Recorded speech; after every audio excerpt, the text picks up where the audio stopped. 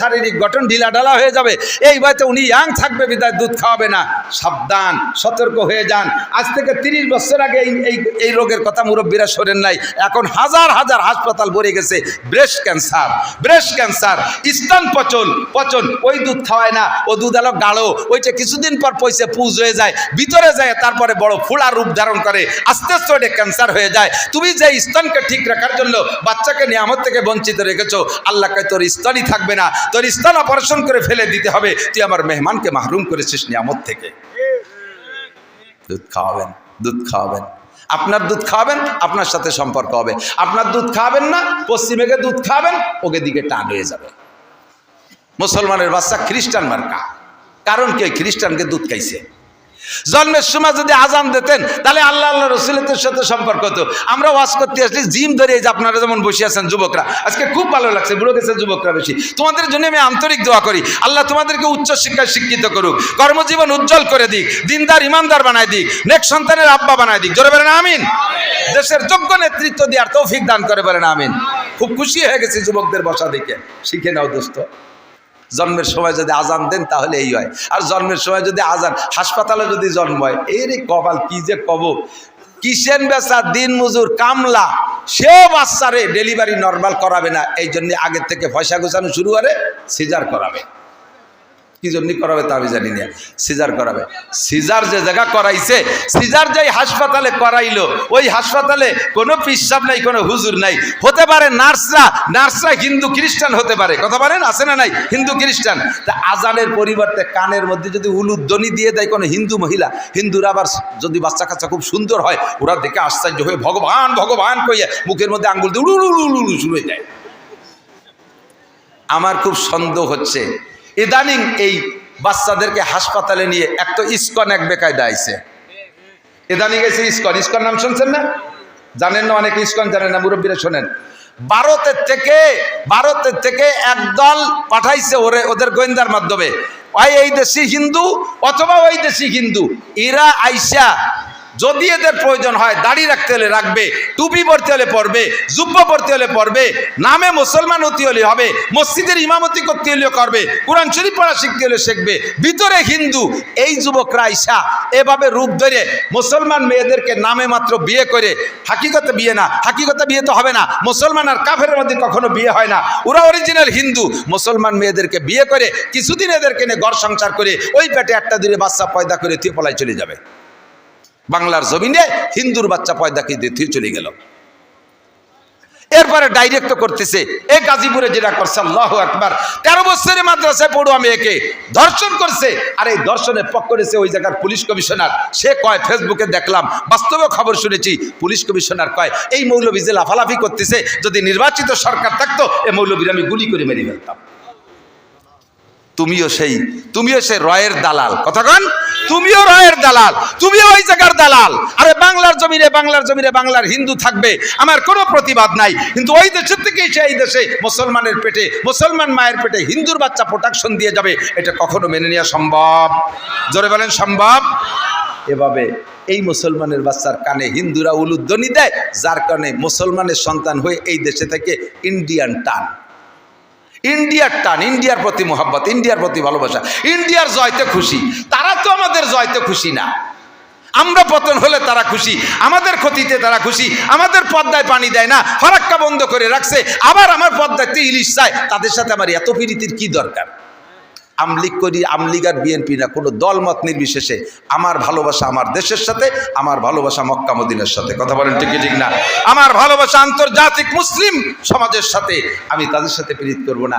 এই টানটা ওই দিক হয়ে যায় ওই নানান কারণে। বাচ্চা হওয়ার পরে, জন্মের পরে থেকে শুরু করছে তারে খ্রিস্টানদের পোশাক পরানো, এহুদ নাসারার প্যান্ট, এহুদ নাসারাদের স্কিন টাইট পাজামা, স্কিন টাইট গায়ের জামা মেয়েদেরকে পড়ায়। এই করতে তাদের আকর্ষণ অধিক হয়ে যায়, আর তাদেরকে লাইনে আনা যায় না। কাজেই আপনি সুন্নতের পর আমল করান, তাহনিক করান, আর এরপরে কানে আজান দেন।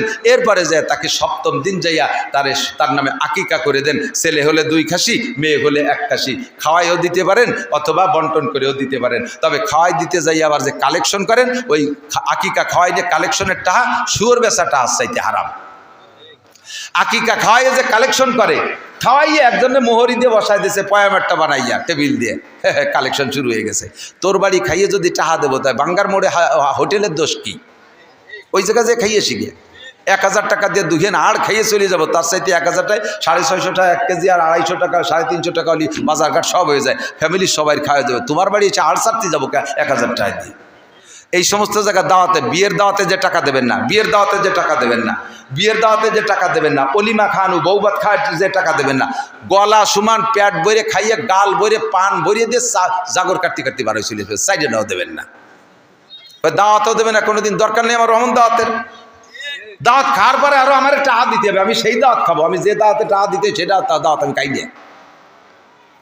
এই সমস্ত অনুষ্ঠান করে টাকা কালেকশন করা, মুসলমানি অনুষ্ঠান করে টাকা কালেকশন করা, শুয়োর বেচা টাকার চাইতে হারাম। বউবাদ করে টাকা কালেকশন করা, শুয়োর বেচা টাকার চাইতে হারাম। বরযাত্রী কালেকশন করা, শুয়োর বেচা টাকার চাইতে হারাম। এরপরে আকিকা বেচা টাহা, এগুলো হারাম, এগুলো করতে যাব না। 3 নম্বর 4 নম্বর, নামটা রাখবেন সুন্দর করে, সুন্দর নামের বরকত আছে, নামের ওসিলায় লক্ষ লক্ষ মানুষ পার হয়ে চলে যাবে। এরপরে যখন বড় হবে, লেখাপড়া শেখানোর জন্য, এই যুবকরা খেয়াল করো, মানুষের প্রথম সন্তান হইলে বিশেষ করে প্রথমটা, পরেরগুলোর প্রতি অত দৃষ্টি না, প্রথমটারে তাড়াতাড়ি পড়াইয়া বড় পণ্ডিত বানাতে যায়। 3 বছরে 4 বছরে পোলাপান তাইরে 10 খান বই দিয়ে কেজি স্কুলে ফাটাই দিছে। সে কেজি স্কুলে বইও নিতে পারে না। তারপরে মাস্টাররা কইছে, ভাবি আপনারা নিয়ে আসেন। দুনিয়ার বাবিরা ওই জায়গায় আন্ডা বাচ্চা ভর্তি করে দিয়ে, এরপরে গাছতলা বাসতলা বসে বসে বাবি সম্মেলন। দুনিয়ার যত পচা দরবার, গেম খেলা, ফেসবুক, ইউটিউব আর পারিবারিক সমালোচনা, এই আলোক হয়েছে কেজি স্কুল। আর তার সাথে বানাইছে আমাকে কেজি মাদ্রাসা। এই সময় এমাটামাদি মাদ্রাসা বানাইছে, বসে বসে বিটিরা বসে দরবারে, আফা ভাইজান কেমন, ওই একটা দামলা, আপনার শ্বশুর কেমন, বুড়ো শয়তান। ওদিকে বাচ্চারা পড়তেছে, ওই জায়গায় মুজাকারা করতেছে, তবলিগের মুজাকারা হয় না, মুজাকারা। আপনার শাওড়ি কেমন, বুড়ো সুন্নি, আমার সংসারে সব ওর মাইয়ের বাড়ি পাঠাইছে। আপনার দেওয়ার কেমন, ও তো একটা নুস্যতা তুমি বুঝলি কে রে? এই যত পচা দরবার। এরপরে 4 বছরে পোলা পড়ালেখা কি বা তার বেরেন হয়েছে। সেদিনকে এক হুজুর আমারে বলতেছে, হুজুর আমার ছেলেটার বয়স 7 বছর, 7 পারা হাফেজ হয়েছে, এখন পড়তে চাচ্ছে না। আমি করে, ও জীবনে আর পড়বে না, ওর জন্য করে দোয়া করিও লাভ নাই, ওরে মক্কায় পাঠাও লাভ নাই, তুমি শরীয়তের খেলাপ করছো। পড়া শুরু করতে হবে 7 থেকে। আর সে 7 বছরে 7 পারা হাফেজ হয়ে গেছে। ওরে শুরু করছো কবে থেকে? 5 বছরের থেকে, 4 বছরের থেকে। এই 4 বছর পড়া শুরু করছো, ওর পড়ার মেধা হয়নি, ওর ব্রেন হয়নি, ওর হার্ট হয়নি, ওর সেট এখন গরম হয়ে গেছে, এখন জ্বলিয়ে যেতে পারে যে কোনো সময়। সেট একবার যদি জ্বলিয়ে যায় তাহলে আর মাইক চলে না, কথা কন না কেন? 7 বছরে বাচ্চারে 7 পারা পড়াই বলে, একটু কেটে আমার কাছে আনিকা, হুজুর আমার এই বাচ্চাটা সূরা আর রহমান শুনবে, শুনবেন হুজুর? আমি কই, শোনা, তুই শরীয়তের খেলাফ কাজ করছিস, আর তোর 4 বছরে সূরা আর রহমান শুনবো? তুই কদি সূরা ইয়াসিন পড়তি? কইতে আমি তো পারি না, আমি দেহে দেহে পারি। একটু একটু তারে পড়াতে চাই। সাথে আরেকটা কথা সেগুলো মনে রাখবেন, 4 বছর 5 বছর 6 বছর এই সাইজের পোলাপান মসজিদে নেবেন না। আর একটা উল্টো কথা কইছি মনে হয়, 4, 5, 6 বছরে পোলাপান মসজিদ নেবেন না, 7-এর আগে মসজিদেও নেবেন না। 7-এর আগেও মসজিদের আদব বোঝে না। বহু দেখছি, এই ব্যাসপুর গেছি এক জায়গায়, যা আসরের নামাজ পড়তে ঢুকছি, এর ভিতরে দেই ওই দাদায় নাতি একটা নিয়ে গেছে, 65 কবে, যার সময় চকলেট কিনে দিয়েছে, দাদা যখন রুকুতি গেছে, ও পকেটেতে চকলেট খুলে দাদারে কয়, দাদা খা। 2 ভাষার 2 জন ওই শুনে দিয়েছে, খেলায় আইসি। দাদা কি রুকুর মধ্যে চকলেট খাবে? ও খাই ছাড়বে। যখন দাদা খাইলে রাগ করে দাদা লুঙ্গি ধরে ঝুলে পড়ছে, গুড়াইতে খুলে গেছে। ওর তো বুদ্ধি হইলে 7 বছরে তা নিলিয়ে করে না। 7 বছরে পোলাপান 7-এর আগে মসজিদে নেবেন না, 7-এর আগে পড়াবেন না। নবী পাক বলেন, মুরু সিবিয়ানাকুম বিসসালাতি ওয়া হুম আবনাউ 7 সিনিন, তোমাদের বাচ্চাদের বয়স যখন হবে 7, তখন তাদের নামাজের হুকুম করো, লেখাপড়ার হুকুম তখন করো। 7-এর আগে পড়ানোর জন্য ব্যস্ত হবে না, 7-এর আগে তারে মসজিদে নিবা না, 7-এর আগে নামাজ পড়তে অর্ডার করবা না। ওই সময় যদি গরম হয়ে যায় আর কোনো দিন সে পড়তে চাইবে না। এরপরে 7-এর থেকে হুকুম করো, আর একটু একটু করে প্রশিক্ষণ দাও। অদ্রিবুহুম আলাইহা ওয়া হুম আবনা যখন বাচ্চার বয়স হয়ে যাবে 10 বছর পুরার পরে যদি একদিন বেশি হয়ে যায়, আর ওই একদিন যদি বাচ্চা নামাজ না পড়ে, নামাজের কারণে তাকে প্রহার করো, একটা পিটেন দাও, এই পিটেনটা দেওয়া ওয়াজিব। 7 থেকে হুকুম করো, 10 পরে যে নামাজের জন্য পিটেন দাও না পড়লে। আর কি করো, 10 যে আরেকটা কাজ আছে, অফাররিকু বাইনা মাদাজিহিম। খেয়াল খেয়াল খেয়াল, খুব খেয়াল, ইম্পর্টেন্ট, ভেরি ভেরি ইম্পর্টেন্ট, এদিক তাকান। অফাররিকু বাইনা মাদাজিহিম, 10 বছর হয়ে যাওয়ার পরে বাচ্চাদের বিছানা আলাদা করে দিবা, নইলে অ্যাক্সিডেন্ট হওয়ার সম্ভাবনা আছে। 10 উপরে বয়সী মেয়েকে মায়ের কাছে শুতে দেবেন না, 10 উপরে বয়সের ছেলেকে বাপের কাছে শুইতে দেবেন না, 10 উপরে বয়সের ভাই বোনকে এক জায়গায় শুইতে দেবেন না। 10 উপরে বয়স হলে বিছানা আলাদা করে দেবেন। দামি আলিশান খাটের দরকার নাই, কমপক্ষে বিছানাটা ছোট ছোট করে আলাদা করে দেন, একজনের গায়ের সাথে যেন আর একজনের স্পর্শ না লাগে। ছোট্ট একটা বিপদের কথা বলে যাই, একেবারে বিপদ, মহা বিপদ। যুবতী মেয়ে আর মা এক বিছানায় শুয়ে আছে, বাপ ভিন্ন খাটে শোয়া। রাতের বেলা স্বামীর শখ জাগছে, স্ত্রীর কাছে যাবে, ভরপুর ভরা যৌবনের টলমলি আগ্রহের সাথে অন্ধকার রাত্রে যদি নিজের বিছানা থেকে উইঠা স্ত্রীর কাছে গেছে, এবার জানা নাই স্ত্রী কোন পাশে শোয়া, মেয়েটা কোন পাশে শোয়া। ভুল করবে যদি আপনার ওই স্পৃহার সাথে স্ত্রীর গায়ে হাত দিতে ভুলে যদি মেয়ের গায়ে হাত লাগা যায়, মুখে তালাক বলা লাগবে না, স্ত্রীটা চিরতরে তালাক হইয়া যায়। মুখে 3 তালাক দিলে আর এক জায়গায় বিয়ে করাইয়া কোনো কালে আবার বিয়ে করা যায়, কিন্তু স্ত্রীর গায়ে হাত দিতে যে যদি মেয়ের গায়ে হাত পইড়া যায়, এই যে হারাম হয়ে যায়, আর কোনোভাবে হালালের উপায় থাকে না।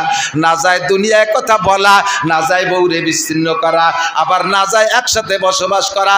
এরপরে যদি স্ত্রীর সাথে মিলন হয় তা হবে জিনা, এরপরে যদি সন্তান হয় ওই স্ত্রীর গর্ভে তা হবে হারামজাদা জাউরুর বাচ্চা। বিশ্বনবী মহাপণ্ডিত উম্মতের সব কিছু আল্লাহ জানাই দিয়েছে, ভবিষ্যৎবাণী দিয়েছে। আর একটু উল্টোই শুনে নেন, যুবক ছেলে আর আব্বা এক জায়গায় শোয়া আছে, রাতের বেলা ওই ছেলের মা তার বাপের কাছে আসবে, অর্থাৎ স্বামীর কাছে আসবে, ভরপুর চাহিদার সাথে রাতের অন্ধকারে উঠে স্বামীর গায়ে হাত দিতে গিয়ে যদি ছেলের গায়ে হাত দিয়ে বসে, ছেলের বিশেষ করে শরমে যদি হাত পড়ে যায়, স্বামীটা চিরতরে হারাম হয়ে যায়, চিরতরে হারাম হইয়া যায়। এই জন্য নবী পাক বলেন, অফাররিকু বাইনা মাদাজিহিম। অনেক আছে ছেলেরা 16, 17, 18 বছর পর্যন্ত মায়ের সাথে এক বিছানে ঘুমায়, মায়ের গলা জড়িয়ে ধরে ঘুমায়। আর ক্রেডিট জারে আমি আজও মার কোলের মধ্যে ছাড়া শুই না। মা ও কয় আমার ছেলেটা কলেজে পড়ে, ও আলাদা বিছানায় শোয় না, আমার গলা জড়াই ধরে শোয়।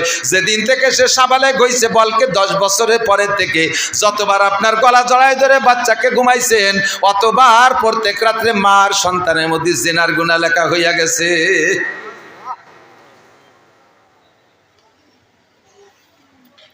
বলবো না তাই বলবো কি, হাজার হাজার ঝামেলায় সব জায়গায় আমাদের কাছে ফতোয়া আসে। সন্তান সমাজকে গড়িয়ে উঠান, মাথায় যাইয়ে 30 বছরে বেহামেও গুণীগার সারা দুনিয়ার সবাই টেলিও সুদা করা যাবে না, শুরু থেকে তৈরি করে উঠাইতে হবে। এজন্য নবী পাক বলেন, মা উলিদা লাহু ওয়ালাদুন ফালিহসিন ইসমা, যাকে আল্লাহ তাআলা সন্তান দিয়েছে সুন্দর একটা নাম রাখো, ওয়া আদাবা, আর তারে আদব শিক্ষা দাও, ভদ্রতা শিক্ষা দাও। কোন আদব শিখাবা? আমেরিকান আদব শিখাইও না, ইটালিয়ান আদব শিখাইও না, ইংল্যান্ডের আদব শিখাইও না, আরে হিন্দুস্তানের আদব শিখাইও না, মোহাম্মদী আদব তারে শিক্ষা দাও। কথা বলেন ঠিক ঠিক না? মাদ্রাসায় প্রাথমিকভাবে নুরানিতে আপনি 3 বছর সন্তানরে পড়াইয়া ওই বাচ্চারে হাই স্কুলে দেবেন, কলেজে দেবেন, বাচ্চা কোনোদিনও নষ্ট হবে না। 3 বছর নুরানি মাদ্রাসায় পড়লে আরবি, বাংলা, ইংরেজি, স্কুল কলেজের ছেলেদের চাইতে সুন্দর লেখা শেখে, নামাজের 60টি মাসালা মুখস্থ করে, 40টি হাদিস তরজমা সব মুখস্থ করে, নামাজের যত মাসালা আছে সব জানে। এরপরে দোয়া মাসনুন যা আছে সব দোয়াগুলো শিখে যায়, শুদ্ধ করে কোরআন পড়া শেখে। এই ছেলেটা যদি বিশেষ ক্যাডারও হয়, জীবনে কোনোদিন নাস্তিক হবে না। ওই ছেলে যদি সচিব হয়, সচিব ছেলে আব্বার জানাজার ইমামতি করতে পারবে। এই জন্য দোস্ত, মিনহা খলাকনাকুম, আল্লাহকে মাটি দিয়ে বানাইছি, এত হিকমত। আবার কিছুদিন দুনিয়ায় ঘুরাইয়া ফিহা নুইদুকুম, মাটির মধ্যে তোমারে নিয়েই ছাড়বো। অমিনহা নুখরিজুকুম তারাতান উকরা, আর মাটির নিচে নেওয়া পর্যন্ত শেষ না, অবশেষে সব মানুষকে হাসরের মাঠে আল্লাহ উঠাবে কি উঠাবে না?